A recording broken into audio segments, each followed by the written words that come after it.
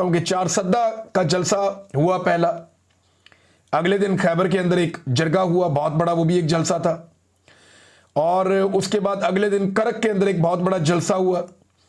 तो सीएम अफरीदी साहब जो हैं वो उन्होंने बड़े तगड़े हैट्रिक की है जलसों की, और अवाम की उनके अंदर शमूलियत से अंदाज़ा होता है कि एस्टेब्लिशमेंट के लिए मुश्किलात पैदा हो गई हैं। यानी पहले धमकी लगाई गई कि इसको हम आने नहीं देंगे और हम इसको वज़ीर आला नहीं बनने देंगे, हमें ऐसी सूबाई हुकूमत ही कबूल नहीं है, ये भी कहा गया। तो DGISPR को खुद भेजा गया पेशावर, उन्होंने जाके बड़े सख्त अल्फाज इस्तेमाल किए। लेकिन अब एस्टेब्लिशमेंट के लिए मुश्किलात बढ़ रही हैं। जितना ज़्यादा सुहेल अफरीदी साहब को टाइम मिल रहा है वो बिल्कुल इमरान खान साहब की तरह तेज़ी से जलसे कर रहे हैं। ये इमरान खान साहब ही करते थे, एक दिन में 2-2 जलसे, और वो यानी 60 जलसे उन्होंने ऊपर नीचे एक दफ़ा कर दिए थे। तो उनका तो रिकॉर्ड शायद पाकिस्तान में कोई तोड़ भी ना सके। लेकिन सुहेल अफरीदी ने बड़े तूफ़ानी किस्म के जलसे किए, बहुत बड़ी तादाद में लोग वहाँ पर आए। तो इससे एक बात तो वादे होती जा रही है कि वक्त गुजरने के साथ साथ वो मोमेंटम पकड़ रहे हैं। जब मोमेंटम उनके हाथ में आ जाएगा और खैबर पख्तूनख्वा पूरी तरह खड़ा हो जाएगा तो फिर उसके बाद उन्हें हटाना मुमकिन नहीं रहेगा। ये एस्टेब्लिशमेंट उसके बाद उन्हें हटाने की कोशिश करेगी भी तो नहीं कर पाएगी। वजह यह है कि लोग बहुत बड़ी तादाद में फिर रिएक्शन देंगे, और ये जो एक ताल्लुक है वो इस सीएम के साथ अवाम का बनता चला जाएगा। अब ऐसा लगता है कि सुहेल अफरीदी की मुलाकात करवा दी जाएगी इमरान खान साहब से। वजह यह कि एस्टेब्लिशमेंट ने अपनी जिद करके देख ली कि पहले हमसे मिलो फिर इमरान खान साहब से मिलो, लेकिन उन्होंने कहा जी मैं तो इमरान खान से मिलूंगा और इमरान खान मुझे कहेगा तो मैं आपको मिलूंगा, वरना मैं नहीं मिलूंगा। और वो इमरान खान साहब के हुक्म के खिलाफ जाने के लिए अभी तक तो राजी नहीं है सुहेल अफरीदी, कि बिल्कुल इमरान खान साहब के फॉर्मूले पे मैंने चलना है, जो वो कहेंगे उसके मुताबिक चलूंगा। उन्होंने मुझे वज़ीर आला खैबर पख्तूनख्वा बनाया, ये सुहेल अफरीदी की सोच है। अब ये सोच एस्टेब्लिशमेंट के लिए खतरनाक है। लेकिन अब जो उन्होंने शो ऑफ पावर किया है, मेरे ख्याल में अब उन्हें मुलाकात करवा दी जाएगी। और कुछ ऐसी खबरें आ भी रही हैं, राणा सनाउल्लाह साहब ने भी कहा कि पीर को या मंगल को यानी आज या कल के दिन में सुहेल अफरीदी साहब की मुलाकात हो सकती है इमरान खान साहब से। तो ये बड़ा पॉजिटिव है अगर ये मुलाकात हो जाती है तो। सुहेल अफरीदी ने जो जलसे किए उनमें कुछ बड़ी सख्त बातें की, लेकिन करक वाले जलसे में वो ज्यादा सख्त बोले हैं। DGISPR का जो धमकियां में उनकी जो बातें थी उनका भी जवाब दिया कि घटिया जुबान इस्तेमाल की गई DGISPR की जानिब से पेशावर में आके। वफाकी वुज़रा के बारे में उन्होंने कहा जी कि ये इनका मैंडेट भी नहीं है, जाली है, और ये मेरे बारे में गलीज इन्होंने इल्ज़ामात लगाए और घटिया जुबान इस्तेमाल की। लेकिन मैंने कभी उनकी ज़बान में जवाब नहीं दिया, महज़िब तरीके से असम्बली के फ्लोर से मैंने जवाब दिया। लेकिन ये बात मैंने भी आपको कही थी पहले नादरीन के, जो DGISPR ने किया वो ये कर तो गए खैबर पख्तूनख्वा में आकर, लेकिन उन्होंने जज्बाती होकर या जैसे भी है वो गलती कर दी।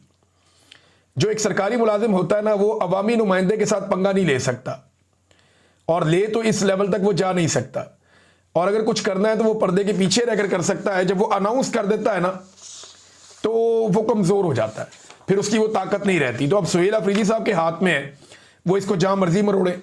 अब अगर कभी भी उनकी हुकूमत गिराने की कोशिश की जाएगी तो डायरेक्ट जो इल्ज़ाम है वो आएगा DGISPR पे और मिलिट्री एस्टेब्लिशमेंट में। ये तो पहले ही कह चुके हैं कि हम हुकूमत नहीं कर देंगे, हुकूमत नहीं चलाने देंगे। मादनियात के ऊपर बहुत सारी बातें की हैं, लेकिन मादनियात के हवाले से जो है वो एक बड़ी इंपॉर्टेंट बात है जो सुहेल अफरीदी ने की है। जरा बात आप सुनिएगा।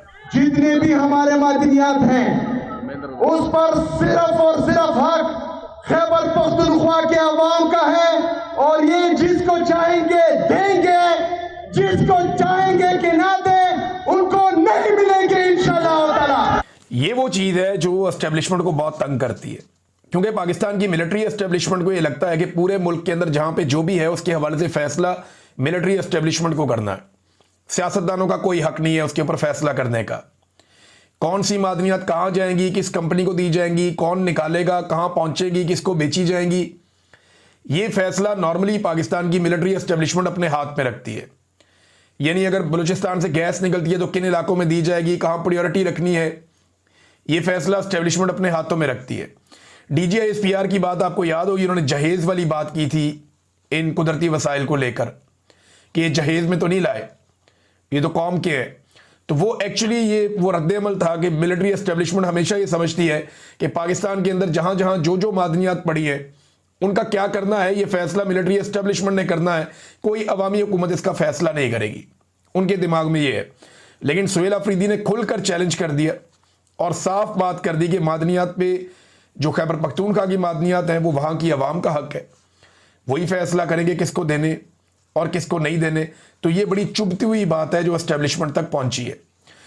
डी चौक जाने के हवाले से भी अब फैसला पाकिस्तान तहरीक इंसाफ हो सकता है करे आने वाले दिनों में, क्योंकि दो हिकमत अमली हैं जिन पे आजकल बात हो रही है। एक ये कि इस्लामाबाद की जानिब बढ़ा जाए, दूसरा ये है कि तमाम रास्ते बंद कर दिए जाएं, शराहें बंद कर दी जाएं और पूरे मुल्क के अंदर एहतजाज किया जाए। लेकिन उससे पहले एक मोमेंटम बनाया जाएगा और इस वक्त मोमेंटम बनने के ऊपर काम जारी है जो हम देख रहे हैं। नाज़रीन, मुरीदके में जो कत्लेआम हुआ उस हवाले से डॉन के अंदर भी एक रिपोर्ट छपी है और ये बड़ी खौफनाक रिपोर्ट है। यानी अब आहिस्ता आहिस्ता मीडिया चीज़ें बता रहा है। डॉन ने मकामी लोगों से बात की वहाँ जाके मुरीदके में, उनसे पूछा, देखें जो मेरे लोगों ने बात की थी वो भी मैंने आपको बताया था, जो मेरे सोर्स है उन्होंने पुलिस से बात की थी, 3 पुलिस वालों से। तो जो उन्होंने बताया था मैंने आपके सामने रखा था सोर्स का बता के। इसी तरह मुख्तलिफ लोगों के अलग अलग सोर्सेज हैं। जो अमेरिका में एक जरीदे में छपा वो एक अलग सोर्स था।